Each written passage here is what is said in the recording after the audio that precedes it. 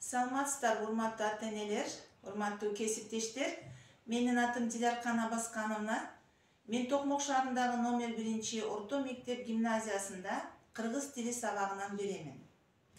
Андан тышкары мен Кыргыз Республикасынын эмгек сиңирген мугалими, новатор мугалим, энелер мектебинин автору Гапур Мадаминов агайдын окутуу тарбиялоо иштерин жайылтуу боюнча агайдын шакиртимин. Энелер мектебинде энелерди окутуу курсунун координаторумун. Бүгүн мен сиздерге өзүмдүн тажрыйбам менен бөлүшкүм келип жатат.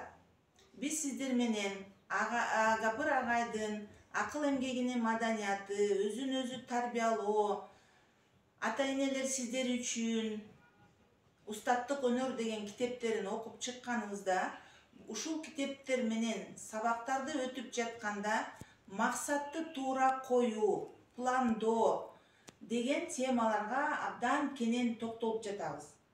Ата-энелер менен онлайн сабактарды өткөндө ата-энелерге тапшырма берип атабыз, окуучуларга тапшырма берип атабыз. Канткенде адам өзүнүн астына максаттарды коюш керек, ал максаттарды кандайча аткарыш керек деп. Мына ошонун бир формасы деп айталы. Мен албетте дал эле ушундай кылгыла деп айтуудан алысмын, бирок өз тажрыйбам менен бөлүшкүм келет. Мен жашоо, тиричилик, жашоонун шаары, шарт шарапаты деп коебуз го. Мына ошондой жагдайларда бир Москва шаарында көп жыл жашап калдык. Ошол жерде жашап жүргөндө ата мекенибизден алыс, ар кандай ойлорду ойлоп, пландар, максаттарды койгондо мен бир жакшы лекцияга барып калдым. Ошол лекциядан кийин мен өзүмө мына момундай китепти жасап алганмын. Ал китептин аты запросто, каждый день запросто деп атаганбыз. Анда кызым кичинекей эле. Ушул китепке биз өзүбүздүн максаттарыбызды жана пландарыбызды койгонбуз. Бул китеп, мынакей бул жерден көрүп турасыздар. 1 ноябрь 15-жылы түзүлгөн экен. Бул жерде мен бийиктикте турам. Менин жашоом 5 болот деген сөз. Менин үй бүлөмдүн жана менин жашоомдун. Бул жерге биз сунуш пикирлерибизди салып турган конвертибиз. Жашообуз дайыма өйдөгө умтулуп, дайыма ачык күндүн астында болот деген максатта мына ушул сүрөттөрдү чаптаганбыз. Мынакей биз ал убакта Москва шаарында жашачу элек. Эми бул сүрөттөрдүн сиздерге тиешелеси жок, мен сиздерге тиешелүү гана нерсени айтайын.